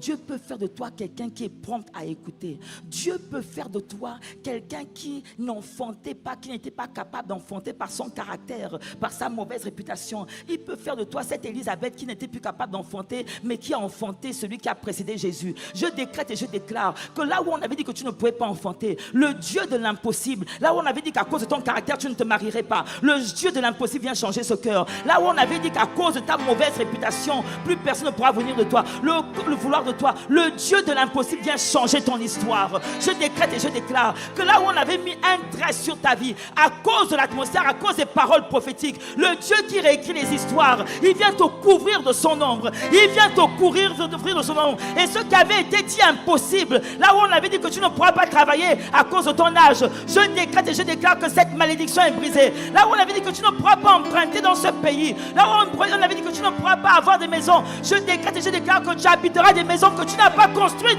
dans le nom de Jésus. Parce que le Dieu de l'impossible, il a envoyé la parole. Là où on avait dit que tu ne pourras pas avoir des papiers, la terre est ton ma terre et la terre de ton Père. Je dis, alors que tu lèves les yeux vers le ciel, je décrète et je déclare que le Dieu de l'impossible entre en action dans ta vie, dans le nom de Jésus. Là où l'impossibilité avait été marquée, là où les hommes forts étaient assis sur ta vie, le Dieu de l'impossible, comme pour Élisabeth, comme pour Marie, entre dans ta vie au nom de Jésus. Car le Dieu de l'impossible, ceux qui rentrent dans cette saison, ils changent d'attitude, ils changent de langage, ils changent de vision d'eux-mêmes. Tu ne dois plus parler de toi comme celle qui est colérique. Tu ne dois plus parler de toi comme celle qui est trop vieille. Tu ne dois plus parler de toi comme celui qu'on dit que ça ne vaut rien. Le Dieu de l'impossible est rentré dans l'histoire. Je dis, lorsque le Dieu de l'impossible rentre dans l'histoire, tout devient possible. Bien-aimé, tu es dans la dimension du tout est possible. Le ciel est ouvert, la terre est favorable. Je dis, le ciel est ouvert, la terre est favorable. Le Dieu de l'impossible, le Dieu de l'impossible est venu parler sur ta vie. Le Dieu de l'impossible a ouvert ses portes. Les portes qui étaient fermées sont ouvertes. Le Dieu de l'impossible est celui qui te porte. Élisabeth, trop vieille. Marie, vierge. On appelle ça l'impossibilité. Ceux qui rentrent dans cette saison, c'est ceux qui changent leur image d'eux-mêmes. Zacharie a dit, mais comment tu peux me dire que je vais enfanter? Moi je suis vieux, ma femme ne peut plus enfanter. Je décrète et je déclare que le Dieu de l'impossible, Le Dieu de l'impossible vient enlever ces schémas que tu avais de toi. Il vient mettre en toi la réalité de la puissance de l'impossibilité qui devient possible. Bien aimé, la Bible dit que l'esprit qui a ressuscité Jésus d'entre les morts, c'est le même esprit qui vit en nous. C'est le même esprit qui régénère tes organes. C'est le même esprit qui est en action. Bien aimé, le Dieu de l'impossible. C'est ce Dieu-là qui s'est engagé avec nous dans ce camp. C'est ce Dieu-là qui est venu te réveiller ce matin. Il est venu te dire, ne dors pas, ne repars pas à tes anciennes habitudes. Il y a une dimension d'impossibilité qui va devenir possible. Il y a une dimension qu'on disait impossible qui va devenir possible. Il dit, car rien n'est impossible à Dieu. Qui crois-tu qui a suscité ce camp? Le Dieu de l'impossible. Va réécouter l'enseignement, le temps de pasteur Matthieu sur l'inarrêtable. Tu as écouté ça? Non, tu as réécouté ça? Sature-toi de ce temps-là, l'inarrêtable. L'inarrêtable. Qu'est-ce qui veut t'arrêter dans cette saison? Un papier qui ne vient pas, la saison est ouverte. Je décrète que ce mois d'août, alors qu'on dit que ce n'est pas possible, alors qu'on dit que tout le monde, les gens sont en vacances, le papier que tu attends viendra. Ce mois d'août, alors qu'on dit qu'on n'embauche pas, les gens sont en vacances, le contrat que tu attends, je dis, je ne parle pas de septembre, je parle de ce mois d'août. Le Dieu de l'impossible se lève sur ta vie en ce mois d'août. Là où on dit qu'il n'y a rien qui fonctionne, le Dieu de l'impossible qui crée à partir de rien, agit dans ta vie dans le nom de Jésus. Mais de qui crois-tu que tu es issu? De qui crois-tu que tu es issu? Qui crois-tu qui parle sur ta vie? L'inarrêtable, l'instoppable. Lui à qui appartient l'or et l'argent. Lui qui dirige les temps et les circonstances. Le problème que nous avons, et pasteur Mohamed a expliqué, c'est que nous fonctionnons comme des humains alors que nous sommes des êtres spirituels. Nous fonctionnons avec notre nature humaine et pas avec notre nature céleste. Je prie que tu rentres dans la dimension de la nature céleste. Je prie que tu commences à penser comme un fils de Dieu et pas comme un fils des hommes. Tout dépend de comment a dit l'apôtre Mohamed. D'où tu vois ton père assis? De qui es-tu fils? Le Dieu de l'impossible. Regarde, allons-y. Marie dit, je suis la servante du Seigneur, qu'il me soit fait selon ta parole. Et l'ange a quitté. Regardez bien aimé, c'est là où tout bascule. Regardez ce que Marie a fait. Bien aimé, le camp Impact Conférence est fini. L'ange a parlé au travers de ses serviteurs. Dieu a déversé les grâces. Il a déversé des paroles prophétiques. Et la Bible nous dit que ces paroles ne peuvent pas repartir à lui sans qu'elle n'ait accompli ce pour qu'elle l'a envoyé. La conférence est finie. Chacun de nous est parti chez lui. Mais regardez ce que Marie fait. Allons-y. Dans ce même temps, Marie se leva. C'est pas ça le thème de la conférence. Marie n'est pas restée assise à pleurer en disant, mon Dieu, je suis vierge, on va se moquer de moi. Regardez ce que Marie dit. Je prie que ce système de pensée soit le tien. Je prie que tu saisisses la capacité d'être prompte à obéir et à serrer la parole de Dieu contre ton cœur. Regardez ce que Marie fait. La Bible dit qu'elle se leva, mais pas n'importe comment. Elle se leva et s'en alla. Pas doucement, elle s'en alla en hâte. Je prie que tu rentres dans la dimension de vitesse, la dimension d'accélération. Marie n'a pas marché, elle a couru, elle s'est levée, elle s'en est allée en hâte. Elle n'a pas demandé à quelqu'un son avis, elle n'a pas demandé à Joseph son avis, elle n'a pas demandé est-ce que Dieu a réellement dit, elle n'a pas demandé est-ce que Dieu vient, elle n'a pas demandé à quelqu'un, elle a pris la parole, elle a serré contre son cœur et elle a couru vers une personne qui avait reçu la même parole qu'elle, elle a couru vers la personne qui avait reçu la même visitation qu'elle, elle a couru vers la personne qui avait expérimenté le Dieu de l'impossible. Elle n'a pas laissé la parole se corrompre par des incrédules. N'oubliez pas, on parle de quelqu'un qui était vierge et qui a été enchanté par la parole de la vérité. Marie a eu la sagesse de dire, je ne laisserai pas les hommes venir détruire ce que Dieu a mis en moi. Elle a couru vers Élisabeth. L'ange lui a dit, regardez, c'est pas l'ange qui a dit à Marie d'aller vers Élisabeth. Je prie que tu rentres dans cette dimension de sagesse. Je prie que Dieu te remplisse de toute ta richesse, de la parole et de la connaissance, Que tu sois prompt à saisir les choses spirituelles. Que tu sois prompt à saisir l'attitude qu'il faut avoir devant chaque situation. Bien aimé, ce n'est pas l'ange qui a dit à Marie, va vers Élisabeth. L'ange a juste dit à Marie, ta cousine Élisabeth a aussi expérimenté le Dieu de l'impossible.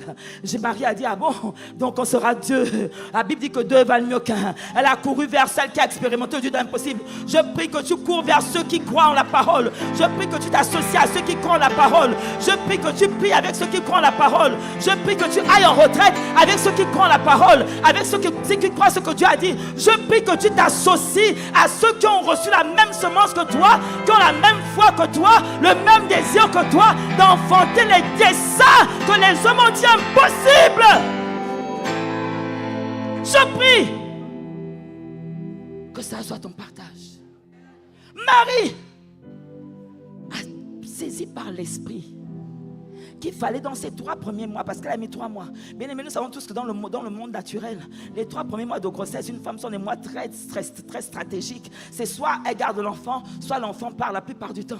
Elle a dit les 3 premiers mois, je m'en vais m'accoler, je m'en vais m'associer à celle qui a expérimenté ce que j'ai, de sorte que nous puissions nourrir notre foi, de sorte que nous puissions faire grandir la semence, de sorte que nous puissions garder ce que Dieu a donné, de sorte que nous puissions nous encourager. Bien aimé, c'est la dimension dans laquelle tu dois aller. Associe-toi à des personnes qui voient, qui croient que Dieu a fait quelque chose. Je t'en supplie, pour que lorsque tu seras faible, alors que tu puisses être fort, de sorte que l'esprit se saisisse de toi pour exhorter l'autre, pour encourager l'autre, et qu'il se saisisse de l'autre pour t'exhorter, pour t'encourager, de sorte que le bébé ne soit pas perdu. Le bébé ne sera pas perdu. Tous tes entrailles et dit, le bébé ne sera pas perdu, il sera gardé. Je vais courir vers ceux qui ont expérimenté le Dieu de l'impossible. Je vais m'associer à ceux qui ont expérimenté le Dieu de l'impossible.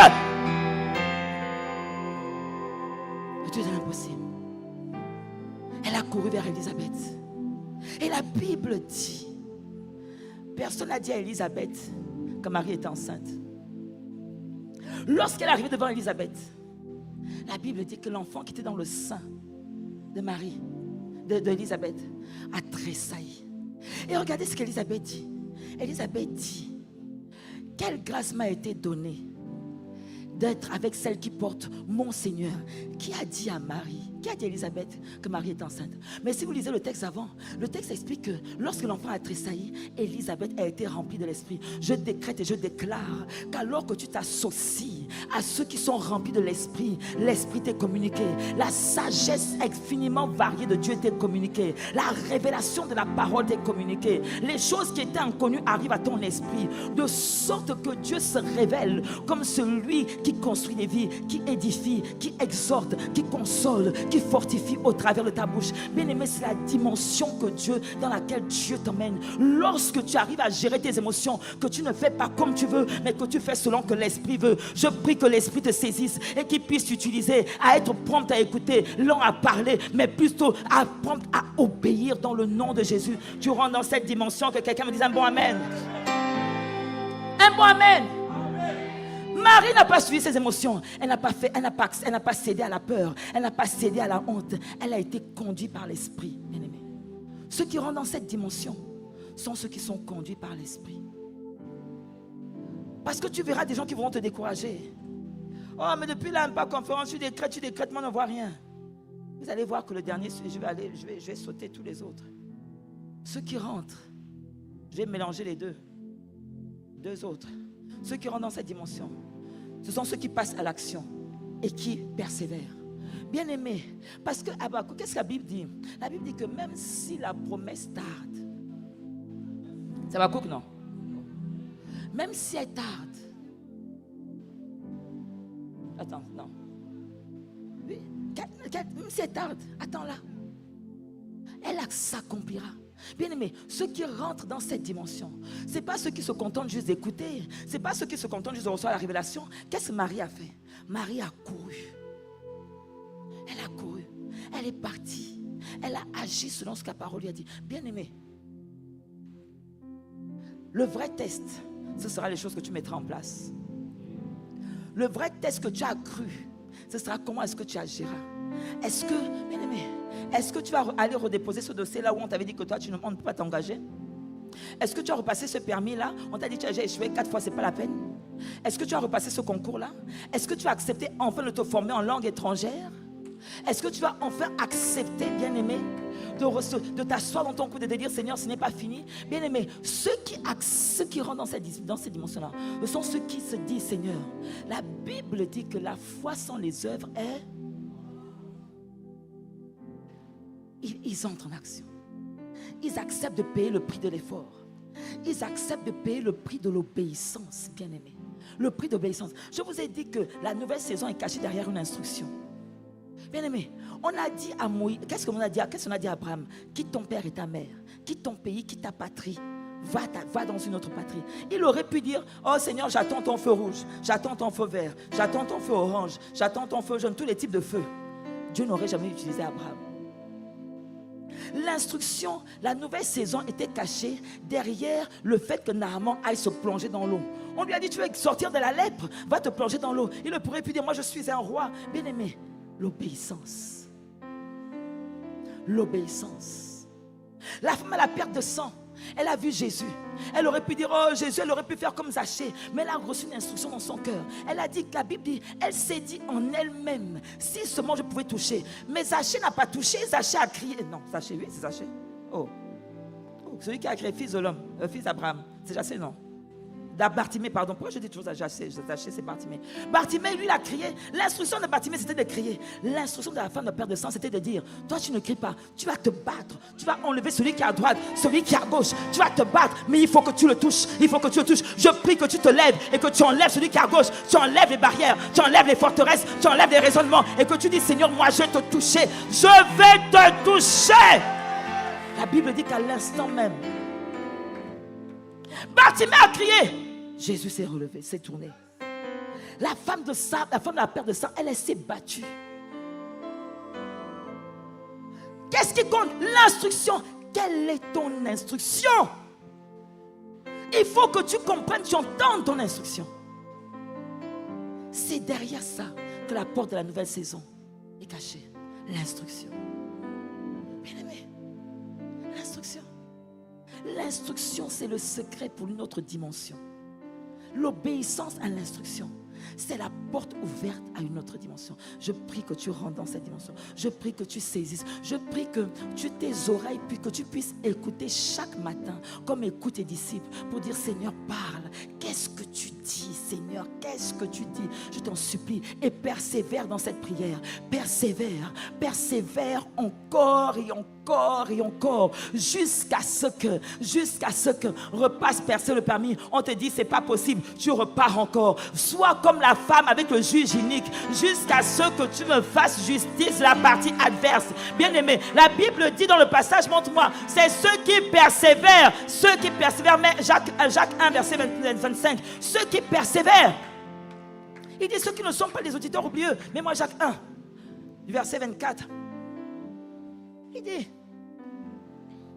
mais celui qui aura plongé les regards dans la loi parfaite, la loi de la liberté, bien-aimé, ces paroles sont venues pour te libérer. Il dit, vous connaîtrez la vérité. La vérité a été envoyée. Mais comment est-ce que tu connais la vérité? Là, le connaître la vérité là, de Jean 8, 32, là, connaître la vérité, c'est ginosko. C'est-à-dire, tu seras intime. Mais comment vas-tu être intime avec une parole que tu as laissée de côté? Comment vas-tu être intime avec une parole que tu ne réécoutes pas? Je prie que tu sois intime. Que cet été soit un été d'intimité. Un été où un été où tu fusionnes, où tu plonges les regards. Tu plonges les regards. Ça veut dire que les choses que tu crois avoir compris, tu dis non, Seigneur, je n'ai pas compris. Explique-moi encore. Explique-moi encore. Jusqu'à ce que tes yeux s'ouvrent. Je prie que tes yeux s'ouvrent. Je prie que tes yeux s'ouvrent. Je prie, dit, celui qui aura plongé les regards dans la loi de la parfaite, la loi de la liberté, et qui aura persévéré. Tu n'auras pas plongé une fois. Tu n'auras pas plongé deux fois. Il dit persévérer. C'est-à-dire que tu en fais un style de vie. Tu décides que tous les jours,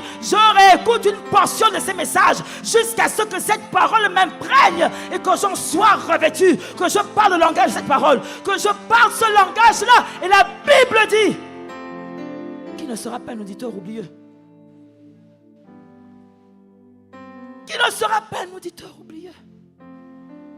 Qu'il ne se contentera pas juste d'avoir un souvenir de cette conférence.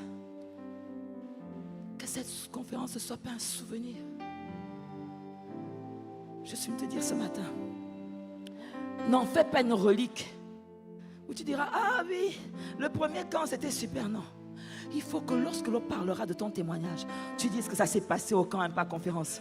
Que tu dis que ça s'est passé au camp, à la première édition du camp Impact Conférence. Pourquoi? Parce que je ne suis pas reparti à mes anciennes habitudes. J'ai fait de l'été un temps de communion, un temps d'intimité, un temps de relation, un temps de fusion où j'ai plongé mes regards dans la loi de la liberté. Et chaque fois que cette parole m'était révélée, elle me libérait du rejet, elle me libérait de la honte, elle me libérait de l'indiscipline, elle me libérait de la peau de l'improductivité. Bien aimé, je peux t'assurer, depuis que j'ai commencé à expérimenter ça moi-même, chaque jour cette parole me libère de quelque chose. Elle déchire le voile quelque part. Il y a des ténèbres qui sont ôtées de mes yeux. Mon esprit est ouvert à tellement de choses. Je suis beaucoup plus productif depuis Impact Conférence que je l'étais avant. Et Dieu seul sait comment je travaille comme une malade. Mais je t'assure qu'il y a comme une force qui me rend, qui me saisit. Pourquoi?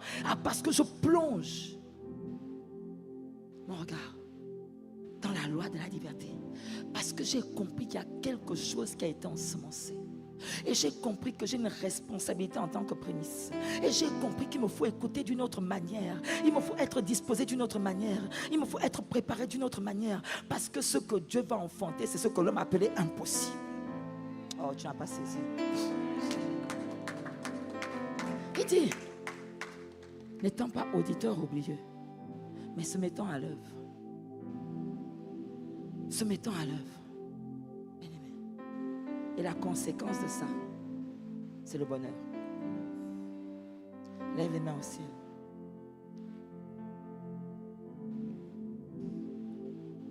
Tu verras que j'ai mis plus d'entrain à ce qu'il faut faire qu'à la conclusion. Parce que le bonheur est une conséquence. Tu n'as pas saisi. C'est pour ça que Jésus dit dans Matthieu, cherchez premièrement. Le bonheur, bien-aimé, c'est une conséquence. C'est une conséquence de tout ce qui a été dit en amont. Ça veut dire que si tu ne comprends pas tout ce qui a été dit en amont, Impact Conférence restera juste un souvenir. Mais je décrète et je déclare, alors que tu es connecté au son de ma voix, que l'esprit qui m'a saisi pour comprendre cette saison comme étant une saison de l'impossible qui devient possible, je prie que cet esprit, que cette ferveur, ce zèle, cette vision te soit communiquée. Je prie qu'une sainte colère entre en toi et que tu décides à partir de maintenant. Si ce n'était pas encore fait, tu dis Seigneur, je prends la résolution cet été, pas en septembre, pas en décembre, pas l'année prochaine, non. Cet été, c'est toi et moi. Lève les mains et lève la voix. Prie, prie, demande-lui avec tes propres mots. Baro Satakaya, prends cet engagement devant lui. Baro Satakaya Basa. Seigneur, il ne sera pas question que la parole me soit volée. Il ne sera pas question que je tombe dans la distraction. Il ne sera pas question que je tombe dans l'assoupissement. Il ne sera même pas question que je tombe dans l'oubli. Oh non, Seigneur, jamais. Je rappellerai à mes seigneurs. Ton Saint-Esprit me rappellera parce que je collerai mes oreilles à cet enseignement, à ces enseignements. En boucle, tu as dit jour et nuit, médite cette parole. Ah Seigneur, donne-nous d'être des personnes qui méditent, pas des auditeurs oublieux, mais de ceux qui se remémorent, de ceux qui repassent en boucle, encore et encore et encore, les paroles prophétiques, les enseignements, les déclarations, les révélations. Est-ce que tu es en train de dire Seigneur, fais de moi quelqu'un qui entend, qui écoute permanemment. L'apôtre Mohamed a dit permanemment, la parole permanente. Nous avons été régénérés par la parole permanente. Bien aimé, si tu veux voir ce fruit enfanté, si tu vois ces prémices dans cette saison, il faut que la parole soit permanemment dans ton esprit, elle soit permanemment dans ta bouche, permanemment dans ton âme, permanemment dans ton esprit, permanemment dans ta bouche et permanemment dans ton âme. Je dis permanemment dans ton esprit, permanemment dans ton âme et permanemment dans ta bouche, dans le nom puissant de Jésus. Est-ce que tu peux acclamer le Seigneur? Est-ce que tu peux bénir Dieu?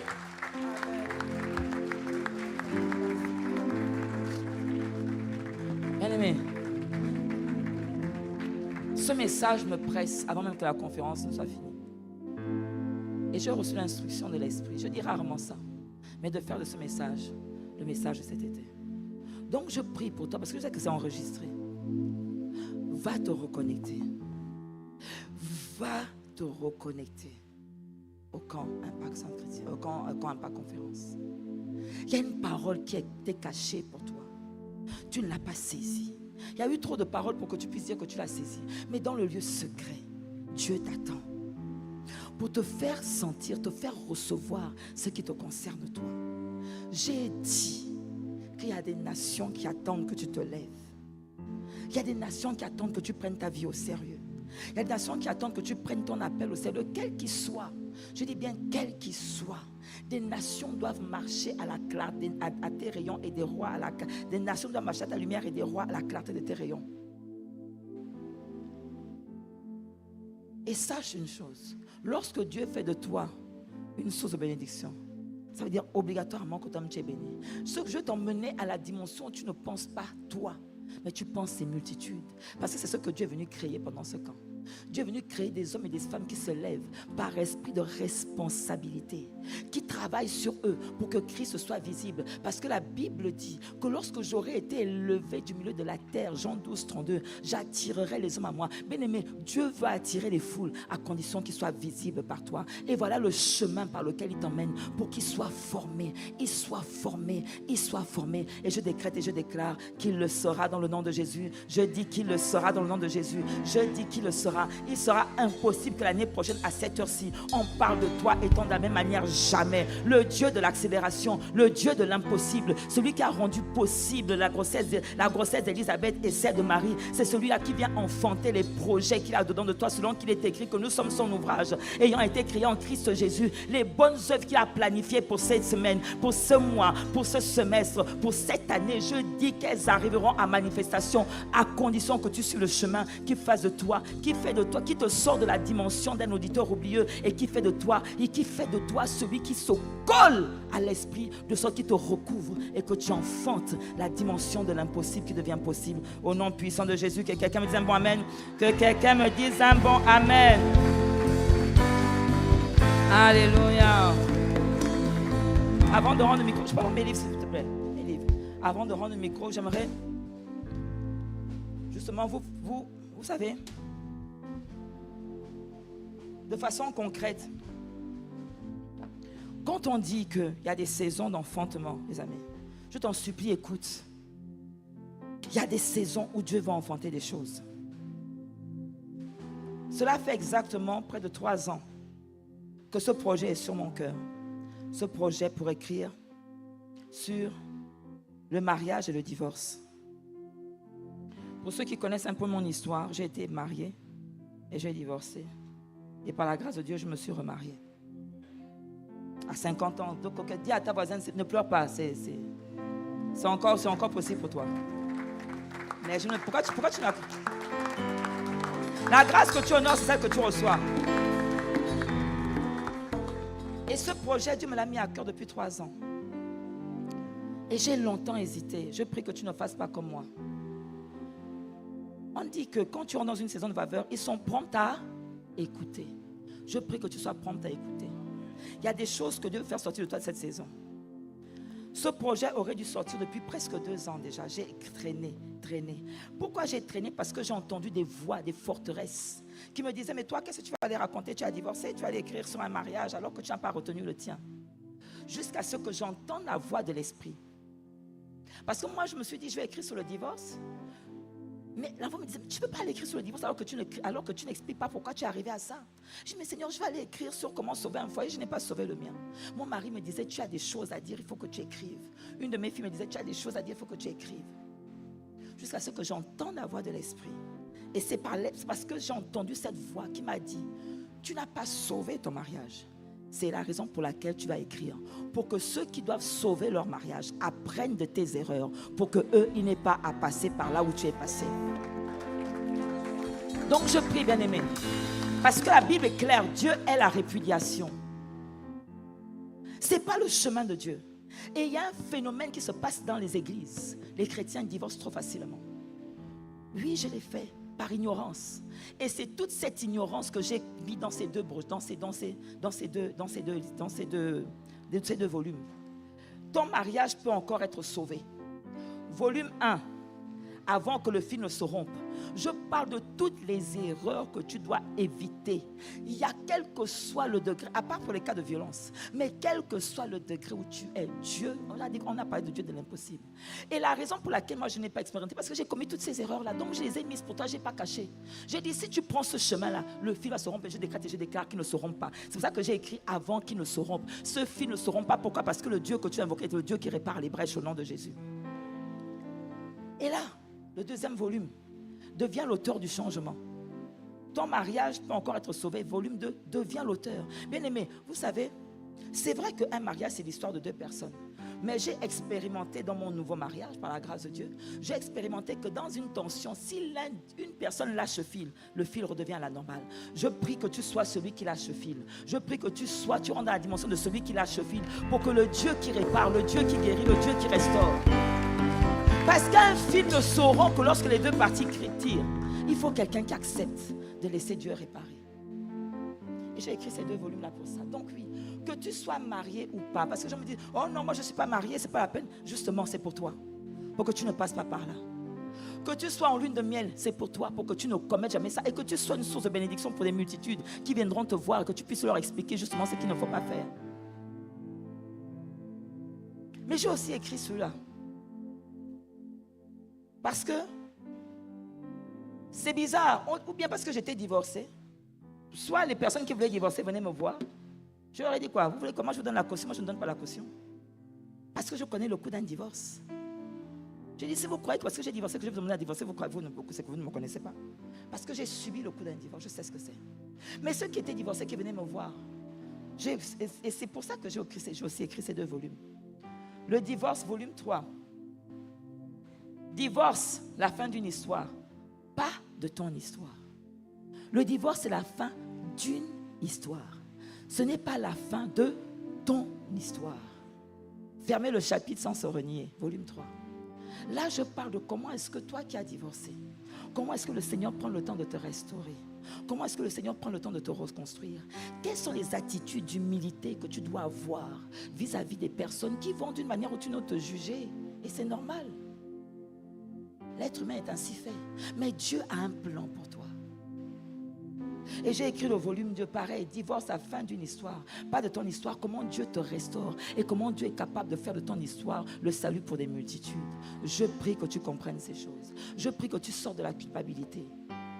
Ces ouvrages ne sont pas là pour magnifier le divorce en aucun cas. Ils sont là pour dire que la Bible dit que Dieu n'est pas celui qui te tente, mais que dans toute tentation, il prépare le moyen de s'en sortir. Dieu se glorifie dans tout, à condition que tu sois humble et que tu reconnaisses tes erreurs et que tu ailles devant lui pour dire, Seigneur, fais de moi ce que tu veux.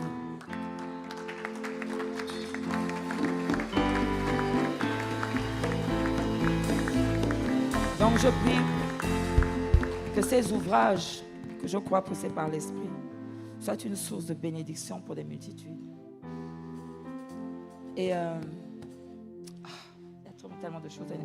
Vous savez, quand Dieu dépose un fardeau sur votre cœur, bon, le reste, je vous dirais ça, ceux qui me suivent sur mes réseaux, vous verrez, il y a tellement de choses que Dieu a mis sur mon cœur au travers de ces ouvrages qui, je crois, vont être une source de délivrance et de guérison. Que Dieu vous bénisse dans le nom de Jésus. Amen, amen, amen.